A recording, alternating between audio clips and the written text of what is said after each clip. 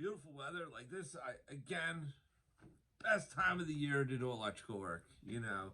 The fall not too hot, it's not cold yet. It's just one of my favorite seasons. On job sites, like the windows can be open, they can be closed. Just a great time to do construction. Even waking up this time of the year, I love being in this trade.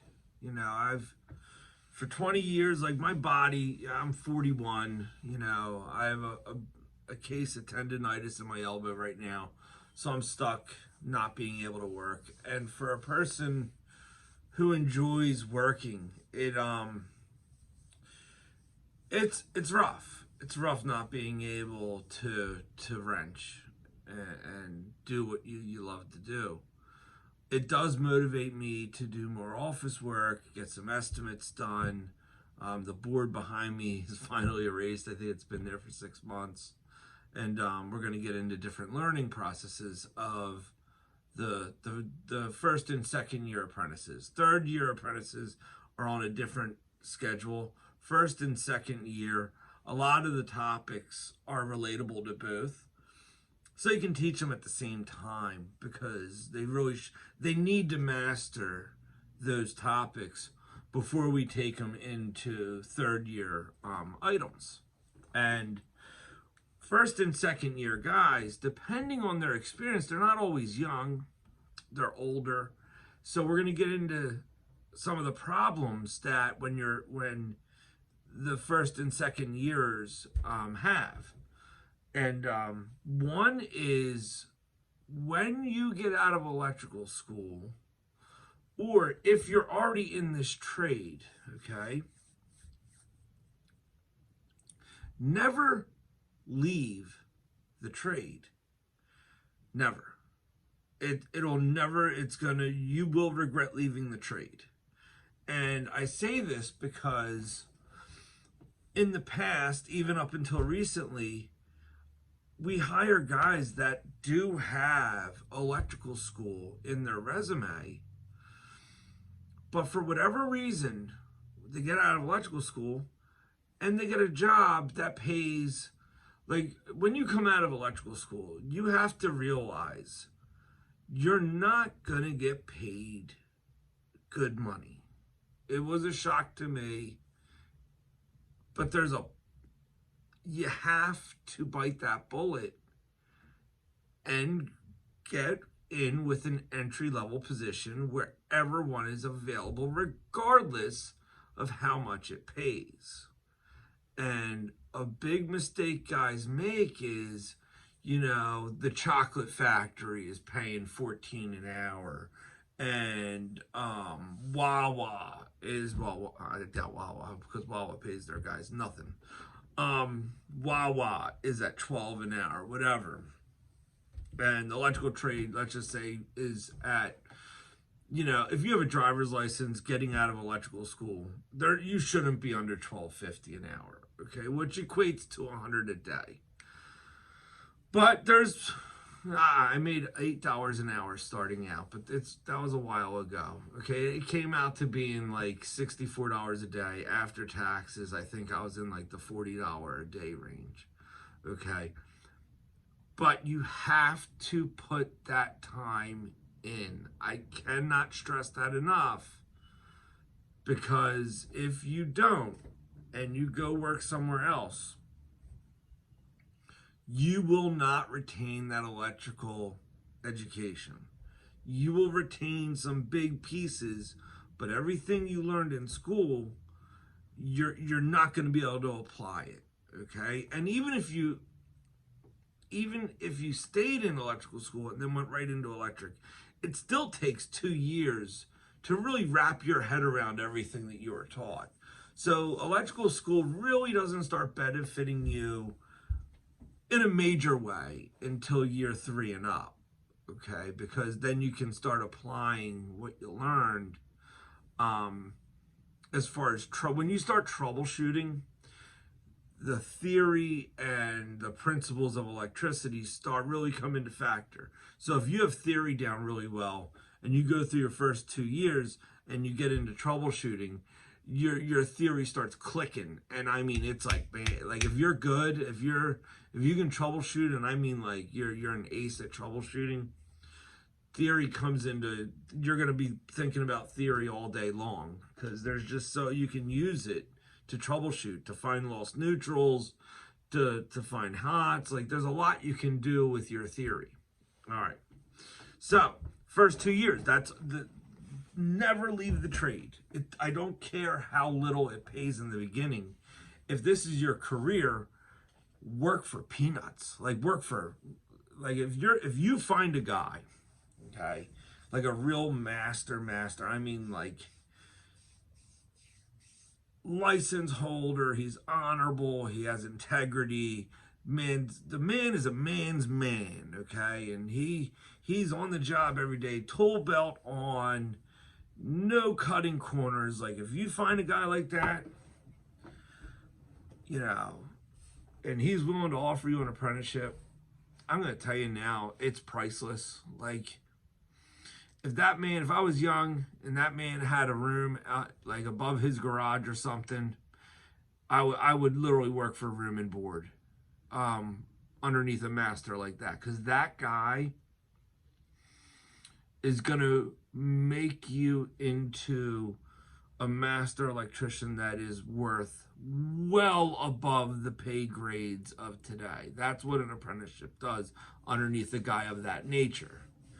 Not for a company. Like, I'm not saying to do this for a company. Make no mistakes about it. Do not go to these other companies and do that. But if you can get underneath a master electrician and you want it to, and you're out of school and you want to learn, go work for peanuts underneath like a guy that has his own business and he's willing. Like the trade has to be significant.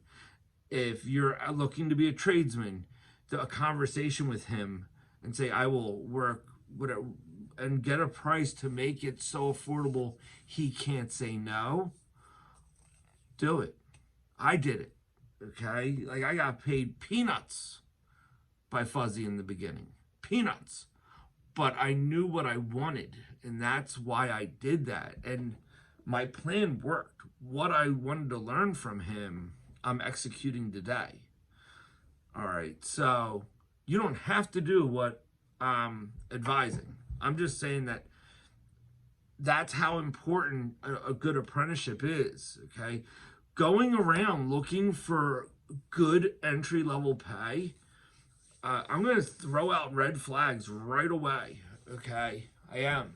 Because one, often crappy jobs pay high in the beginning with little experience. 2 reasons. One, there's no future, meaning like you're maxing out not that much more above that. And 2, it's a job that you're not going to be able to do for a very long time. Okay, either it'll blow your knees out or it's really bad on your body. Okay, and that's why old timers aren't in it, and they're willing to pay so much for someone that has so little experience. Okay. So again, if you have electrical theory behind you and you're getting out of school and you're looking for a job, you better think about what type of career you're looking to have and who do you want to change you. Okay. And don't think about money. Like, by all means, it's a trap. And you see it all the time where they get out of electrical school, they're not paid a lot. So they go become a laborer or a carpenter because they're making more. It's a shame. But then you get into that, you're 30 years old, okay? And you know carpentry, you know drywall, you know a little bit of everything. But what you know doesn't get you over entry-level pay in every field, because you're bouncing around for $1 more, but all at those lower incomes, while myself or anyone else in the electrical trade, if you stuck with it, you got your 2nd year raise, you got your 3rd year raise, you got your mechanics raise, you got your foreman raise. And that guy that's jumping around, he might be, 15, 16 an hour. And you're getting up in those 20s and you're getting up in the 30s. And depending on how far you go, you could be making 40 an hour. All right. That other guy's not doing that. Okay. And that because he jumped around different trades, he didn't stick with one. So he knows he'll stay employed, but the problem is he doesn't know the higher education of each one of those skill sets. So he's kind of stuck. And now he's in his 30s and there's issues. And then conversations like that are hard if you want to be honest with the guy. Okay. And usually if we're running an education program here, we're going to be honest with our apprentices because one, we have to interpret where they're at. So if I'm just going to give an example of how we do our apprentices come in, and based on conversations, their actions, how they hold tools, how they process problems, we determine where they're at: first year, second year, third year, fourth year. Okay. And we write it down and we break their skill set down on paper. And we explain the responsibilities of a first year, a second year, a third year, a fourth year. And we see where the gaps in their education are. And then we go about filling the easiest ones first. And we just fill in those holes in their education to make them a rock solid apprentice. And we build them up. And all first years, you have a first year person has to deal with all the first year stuff. First year is very simple areas. You're more working on maturity, how to talk to people, how to process problems, how not to take things personally, how not to get your feelings involved, how to all the little things on your way to become a mechanic. That's your first year. Fill them in. Then we get into second year, and we get into third year. Okay. Guys that have spent time bouncing around, their skill set is like Swiss cheese, and you got to set them down and you got to map out. Here is your game plan. You're in your 30s and we need to get you making a livable wage. The first and second year of this trade is very difficult to live on. Don't try to go and make it livable. It's not meant to be. It's meant to motivate you to cure all your BS, to get you to a second, third, and fourth year rate so you can survive on your income. First year income in this trade weeds out the people that are devoted to this trade versus the people that are not. The people that are devoted to this trade and truly wanting to become an electrician and wanting to become a master electrician, they will work for free almost if you promise them to, at the end of it, they'll become a master electrician. Because I know I would be willing to work for almost free. Okay, if I had enough just to put food in my mouth and get me through the next day, underneath a real master electrician, I would do it because of the value of the education I'm receiving. It's not what you're making presently at that moment. If you're searching for the highest paid position with your present knowledge as entry level or like first or second year, you don't know what you're doing. Okay? Doesn't matter what's going on in your personal life. It doesn't matter what your personal life needs. If you want the best out of this trade, then you got to suck it up and you got to go find an employer that is best for your career, because your first year, you should be devoted. Like, that's the thing about like what I did. I worked every second I could my first year, because the more you learn and the quicker you learn, the quicker you get out of it. So I rarely had an attitude. I rarely misbehaved. I tried to be the best man I could be. I'm not saying I wasn't an idiot sometimes. By all means. I was 20 years old. I was dumb as a box of rocks. Okay?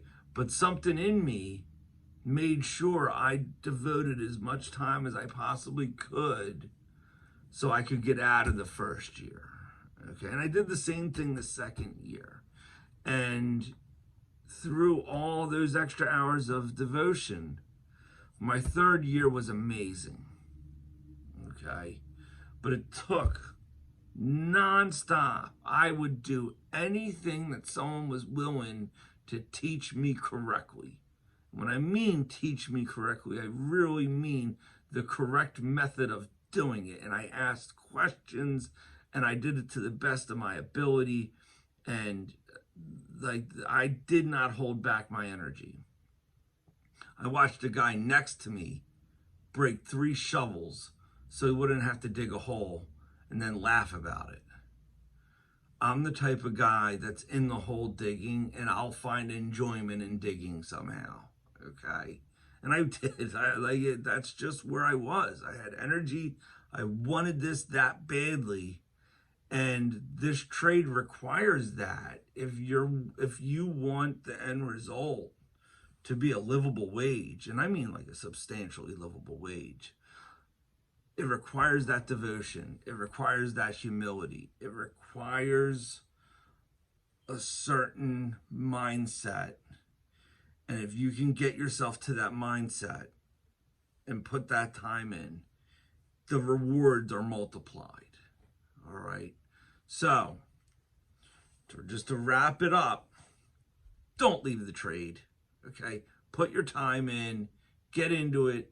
Lick the wounds for being paid next to nothing, and try to get out of that position as quickly as possible through showing up early, putting in extra time, anything you can to get through that first year or the first 2 years while learning. Okay? It's all about learning and who you're learning from. If you have a guy next to you just slinging wire all day long trying to just work fast, you're going to learn whatever he's got, but how much does he really have? Okay? You want to learn, the smarter the person is next to you, that's what you have the ability to learn, especially as a first year and entry level. Okay? So if you got someone that has a little bit of brains to him next to you, pay attention to what he's doing. Do it correctly. Look at the steps. Take pride in your work. Okay? Don't just slap something together and send it out. Okay? Start anything you do, anything, regardless if it's pushing a broom, vacuuming a floor, or picking up tools, or it doesn't matter. Do it to the best of your ability because you're practicing exerting effort. And that's hard to do, especially the reason you want to practice it so in the future when something sucks, you have the discipline to push yourself through it and to get it done. That's why you practice. Okay? And the first year is a lot more than that. But basically, you're learning these disciplines. You're learning how to function as an electrician. Okay? And if you are devoted in that manner, I'm going to let you know now, you're going to see riffraff to the left, to the right of you, try to take you down. Okay? I had guys that try to take, come on, man, let's go cut lunch. Let's go do this. Let's go get high. Let's go, all these things. Okay? Do you know why? Because they don't understand the devotion that you have, and they don't want you to become their boss.